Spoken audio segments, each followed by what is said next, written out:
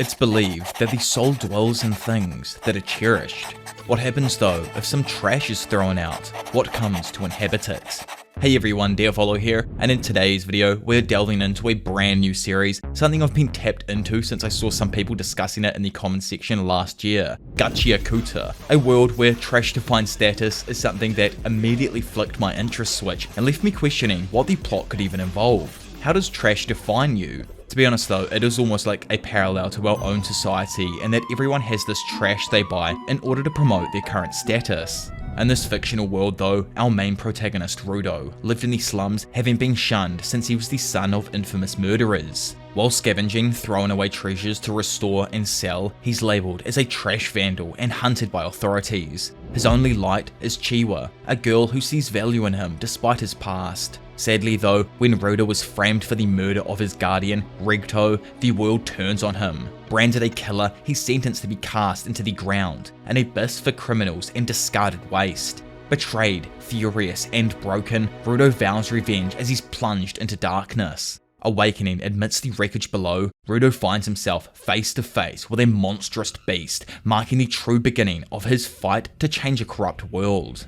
Back in the past though, a young Rudo overhears people gossiping, talking about the so-called impure tribespeople. They speak of them like criminals, like monsters, but Rudo wonders, why is everyone so obsessed with condemning others? No one ever stops to think, what if they were the ones who fell to the ground? Down below, Rudo runs. Something is chasing him. Things not human. Strange creatures made of twisted metal, rotting cloth, and half-melted plastic. Trash come to life. One lunges, its jagged jaws snap at his face. Luckily, he rolls away just in time, only to land with his hand pressing into something round and cold. A human skull. Terror floods his veins, fury boils up in his chest, and he screams, cursing at the people who threw him into this hell. He claws his way up the pile of trash, slipping, scrambling. Then he falls, tumbling down the mountain of filth. The air is thick and sour, heavy with poison. Every breath burns. He won't last long here. He has to escape. He has to. But it's already too late. He vomits blood, coughs, curses himself, weak, useless. Still following him, the creature closes in. As the edges of his vision start to blur, he sees something, someone, a body. Retgo, dying right next to him, staring into the depths of his soul. And just like that, it all comes rushing back. He cannot die here. Not yet. Not before he gets his revenge. Not before he finds the people who framed him and makes them pay. With trembling hands, he grabs a rusted pipe from the trash and charges. Far above, perched on a mountain of junk, a masked figure watches through binoculars. A black umbrella rests calmly on his shoulder. Back below, Rudo hurls the pipe into one of the creature's throats. He dashes in, hoping to flank it, but the beast slams him aside with a massive paw. He gets up again, this time holding a sheet of roofing like a blade. With a roar, he slashes, tearing through the monster, causing it to collapse to the floor. He breathes, taking in the air just for a moment. But it's sadly not over. The pieces begin to move and twitch, then shift, then crawl back towards one another. Rudo barely has time to move before they rocket towards him. Darkness begins to flow into his mind as he blacks out. Opening his eyes up a little bit later to find someone standing over him now, turns out it's the masked man with his umbrella still open. Without a word, the man brutally kicks Rudo in the guts. As Rudo starts to gasp for air, Umbrella Bro slams a breathing mask onto his face. Suddenly, the flow of clean air floods in, causing Rudo to cough and wheeze. Inhaling deeply again, Rudo realizes that he can finally breathe. Curious, he starts to ask questions. Who is this guy, along with the place he now finds himself in? With a barely audible voice though, the man tells Rudo to shut the hell up.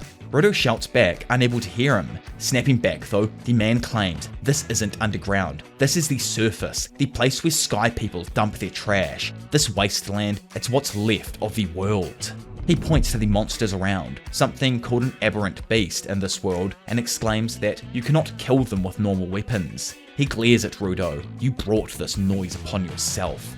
Gripping the umbrella shaft tightly, energy begins to pulse through its handle. With a snap, the umbrella unfolds, its ribs transforming into curved blades and a spearhead pierces out from the tip. Spinning the weapon around, the man twists its handle towards the quickly approaching beast and shreds the entire monster apart in only a few seconds. Rudo watches in complete awe as the masked man then dispatches one creature after another.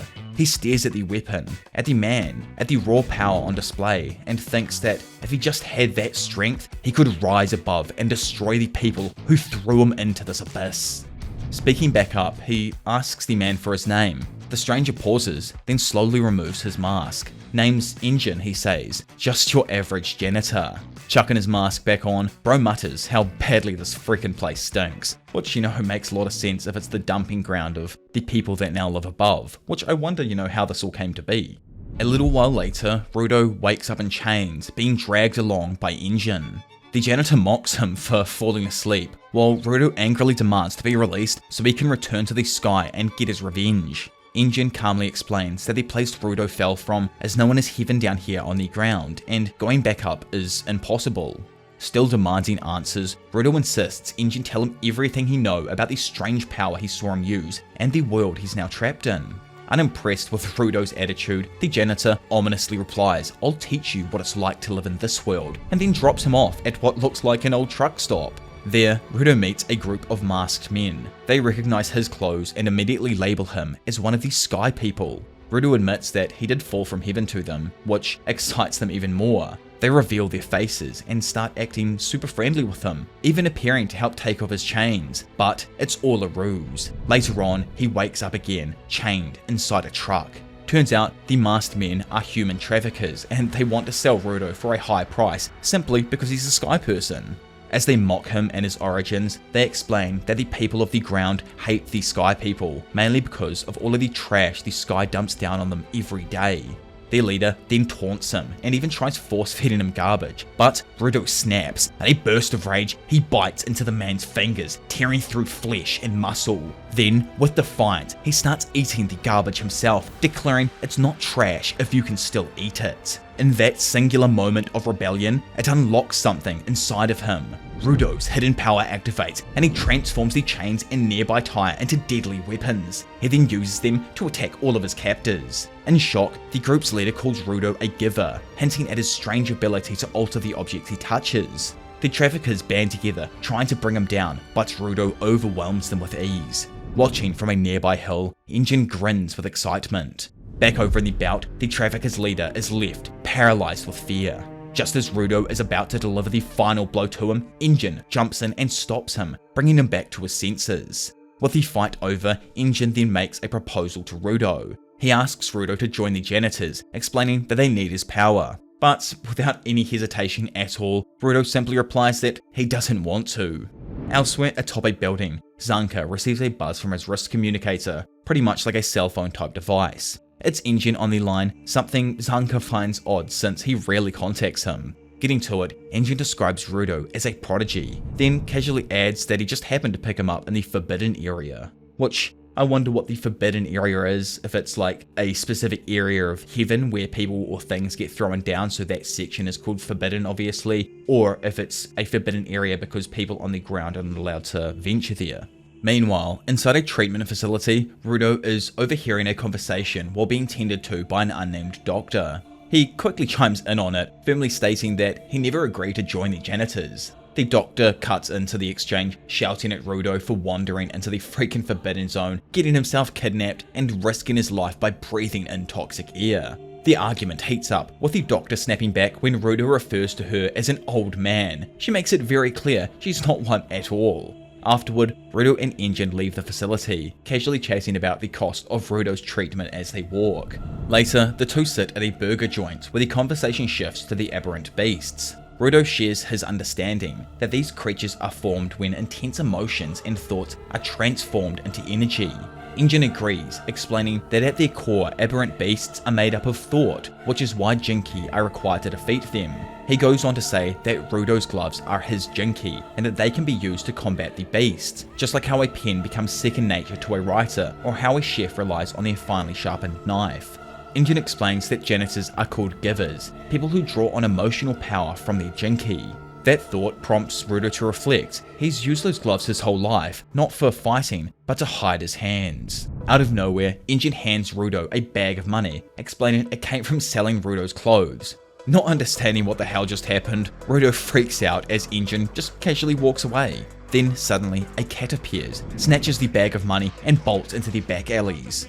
Wanting it back, obviously, Rudo grabs a staff leaning against the wall and chases it down, stopping the cat and recovering his stolen cash. But before he can catch his breath, Zanka steps out from the shadows, furious. The staff Rudo grabbed, it's his jinky. He yanks it back and scolds the boy. That's when Rudo notices the Genetic emblem Zanka wears, realizing he's also one of them too. Zanka, clearly irritated over all of this, declares that Rudo needs to be educated and gets ready to fight. His mind drifts back to his childhood, growing up under Retgo's care. As rough as things were, Retgo always told him to be mindful of others. In that moment, Rudo realizes he's been so caught up in survival, he's never really stopped to consider other people's feelings. With a short breath, he looks at Zanka and apologizes for stealing his jinky. Getting completely caught off guard by this, Zanka pauses for a brief moment before apologizing to and overreacting the way they did.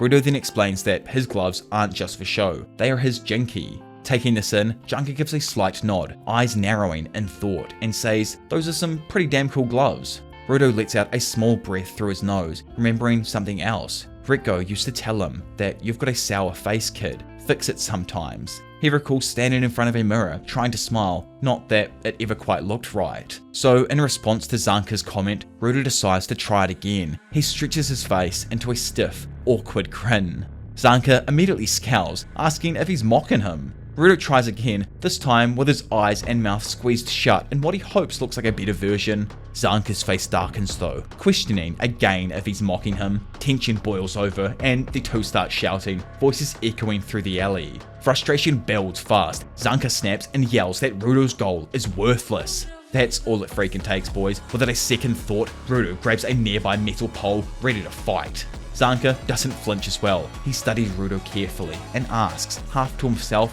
half to the boy in front of him, "So, is your jinky really just your gloves, or can you actually turn anything you touch into a jinky?"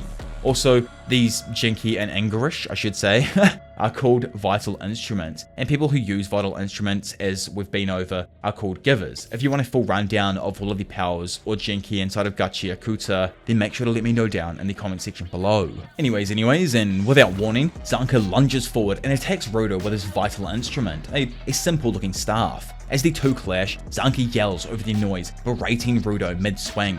"You're just a genius, that's all you are," he shouts, dodging left. "Me, I'm a super ordinary guy, and I work 10 times harder." The fight intensifies, but instead of backing down, Rudo grabs the first thing in reach, a plunger. Without hesitation, he uses it as his weapon of choice. Zanka freezes the moment he sees it. His eyes widen in horror. What is that, he questions. He drops his guard, stumbles back, and eventually breaks into a full retreat, completely abandoning the offensive. "Stop it," he screams as Rudo charges after him, plunger in hand. Just when things seem like they're about to spiral even further, Injin steps out in front of them, calm, composed, and with a smirk on his face, he says, "Wow, I can't believe you two are already friends." Cutting away, and inside of the car now, Injin, sitting behind his brand new McLaren Formula 1 car, is absolutely losing it in laughter. Rudo and Zanka, somehow in the back seat of this mobile, sit there soaked in regret and just pure humiliation. Injin wipes a tear from his eye, cackling and laughing how the two were literally flinging turds at each other. Rudo's eyes go wide as the realization hits. He really was fighting with poop. Zanka sits next to him, silently mourning his own dignity. Still chuckling, he casually drops a bombshell. Zanka will be Rudo's mentor. Before Rudo can respond, Zanka straightens up, eyes sparkling at the sudden praise. His posture shifts from disgrace to delight in a heartbeat. Then something catches Injin's eye. He calls out for her name Rio, and she steps forward, curious and casual, reaching out to touch Rudo's hair. "Is this real?" she asks, running her fingers through it, clearly intrigued by his freaking hair, because I guess he came from heaven, you know. Rudo blinks, unsure how to act about what the hell's going on here. Injin also doesn't miss a beat himself. He shifts into gear and grins, while telling everyone that it's time to head home to the cleaner's headquarters. So that there actually ends the first Wanderers arc of the series, but since I'm going ape mode here and the second arc isn't too big at all, I thought I'd add it in here as well. Of course, if you have enjoyed the video so far, make sure to subscribe and leave a like, as it really helps in just pushing all of my content to a bunch of new amazing people. Let's up those numbers! Engine, which sounds just like car engine, which is kind of crack up as well, hence all the car analogies that I'm doing. Rio Reaper, Rudo Surebrec, which is his full name by the way, I've actually never said it, and Zanka arrive at the cleaner's headquarters. Just past the entrance, they spot Gruyere sitting at the receptionist's desk, calmly eating like she owns the place. Before heading off, Rio and Zanka say their goodbyes to Rudo for now. Engine though stays with him, letting Rudo know that Gruyere needs to have a look at him. Before Rudo can even respond, Semio Gruyere slams her fork down, pinning the two files right in front of his face. "I've heard about you from Engine," she says. "I want to see your potential." Engine, who's obviously standing there, tries to chime in, explaining that Semio's vital instrument is her glasses. They allow her to see a person's true nature. She adjusts them and looks directly at Rudo. The moment her gaze lands on him, she visibly flinches, caught off guard by what she sees, a static-filled, dark void. She doesn't mention it though, because, of course she wouldn't want to mention how this man is filled with complete darkness. Instead, she shifts focus, calmly saying that Rudo has impressive physical strength and a strong connection with his vital instrument. But she also points out that he lacks control. As he is now, his ability is too unstable. And then, without missing a beat, she adds, "You've also got shit on your neck."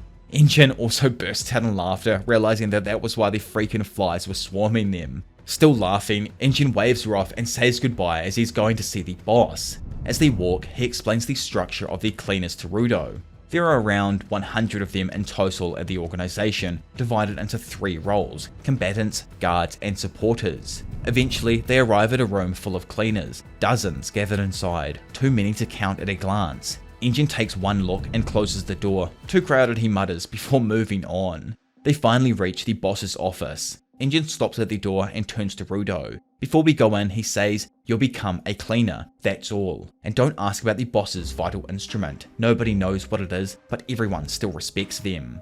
He opens the door, only to find Semio already inside. The boss is on a business trip, he says, so he won't actually be back for a while. Rudo glares at Engine, clearly annoyed as he came all of this way expecting answers. Before the mood can turn sour, Rio steps into the room. For now, she says, "Go observe a mission. As an apprentice, watch how the cleaners operate." Getting the go-ahead to go on the mission, Semio stepped forward and explained what it was going to be. The residents of a town near a polluted zone had reported that small trash beasts were approaching their barricade and they need a cleaner to take care of their problem. Rudo didn't know what a polluted zone was, so Semio explained to him what it is. There are 3 kinds of zones throughout the world: safe zones, polluted zones, and the place Rudo had fallen into, no man's land, or the forbidden zone. She added that the people living in the polluted zones had to wear masks just to survive the toxic air. Back on the mission, Rudo observed quietly. He wondered if the air he had been breathing in previously had done any damage to him. He hadn't actually thought people lived in a place like the ground, so while observing, wonders if people on the sphere knew about this harsh reality down here. Looking around, Rudo's eyes lit up as he noticed the amount of trash scattered everywhere. "This is a treasure trove," he said excitedly. Curious, he asked Rio about some of the other cleaners. She explained that many were supporters, fighters who lacked vital instruments but still helped battle the trash beasts. Rudo then meets up with Gris and shakes his hand. The grip was so strong it shocked Rudo and caused him some immense pain. Rio explained that Gris's grip was powerful enough to pierce Trash Beast's armor. Their introductions though were cut short when Trash Beasts were spotted approaching the group. Rudo was utterly surprised by how many there were, but Rio reassured him, saying it would be easy. Inspecting them as they run, Rudo noticed how the trash beasts behave similarly to animals. When they broke through the barricade, Rudo started to panic again, but Rio stayed calm and reassured him. She told him she was relaxed because she had ease of mind. Suddenly though, a bigger trash beast smashed through the barrier, causing Rio's eyes to light up with excitement. Standing in the front line, Rio, with her scissors in hand, stares down a horde of aberrant beasts. But these weren't just any scissors, they were her jinki. With a sudden movement, the blades extended in size, and she gripped them with her legs, shifting into full combat mode. In a flash, she tore through the smaller beasts, cutting them down with precise, fluid strikes. Rudo watched from behind, stunned by her technique and speed. One of the supporters leaned over to Rudo and pointed out that that's her jinki, called the Ripper. Another supporter gave Rudo a hard look. Don't think you'll get to slack off just because you're observing. At that exact moment, an aberrant beast lunged at Rudo from behind, but before it could strike, the supporter stepped in and took it down with one hit. Grabbing the limp body, he tossed it towards Rio. Jumping right up, she catches it in midair and slices it clean in half while asking them to throw her some more. Rudo, standing there just taking it all in, can't believe the coordination, the timing, the way everyone works together, even without powers. It was all instinctual, fluid, efficient. Watching it unfold left him utterly speechless. While Rudo processed everything, Rio finished off the rest of the smaller beast and turned her focus towards the larger one. Suddenly, a supporter was caught, grabbed by a beast he thought he had already taken out. Rudo immediately snaps out of his daze and rushes in, saving him just in time. He activates his Jinki, energy pulsed through it, and a web-like pattern stretched out around both Rudo and the beast, trapping them in place. For a second, Rudo stood there, breathing heavily. This is why he joined the janitors, he thought, but his confidence wavered, the pattern around them shifted, and he realized that he doesn't know how to properly use his technique yet. Before things could spiral out of control, Rio jumped in and finished the beast off in a clean strike, saving both Rudo and the trapped survivor. Looking at Rudo, she smiled, telling him that he had some quick thinking and good instincts. The supporter Rudo had saved then stepped forward, while apologizing for letting his guard down. Then, turning to Rio, he asked if she's done cleaning here. Glancing down at the fallen beast though, then back at him, she notes that she cut it in half, but it still won't disappear. Randomly, we're then brought back to a familiar face, the human trafficker dude from like 30 minutes ago. Remember the guy that Engine sold Rudo to see if he had any powers and whatnot? Well, he's now confused, tied up, and slowly remembering that it was Rudo who did this to him. Standing over him though is a mysterious hooded figure who demands where the sky person went. Meanwhile, Rudo, Rio, and the other janitors are locked in a battle with a towering aberrant beast. They quickly realize something's wrong though. Their Jinki attacks have little to no effect on it. Rio points out how these beasts usually share the same vital points as regular living creatures, so cutting it in half should have been enough to kill it, but it's still standing there, unbothered. Annoyed, she decides to keep slicing it up until it stays down for good. One of the support janitors chimes in, saying they'll report this as a new type of aberrant and send out warnings to nearby towns. As the fight rages on, Rudo is hit with a sinking feeling. He's powerless, he can't do anything to help. Back in the battle, Rio keeps hacking away, and that's when she notices something glowing inside of the beast. Suddenly, it thrashes out, striking the ground hard enough to cause massive cracks. Not having seen this coming, Rudo loses his footing and falls into a gap. While plummeting, one thought hits him. If I can't use my Jinki, how am I supposed to get revenge on the people above?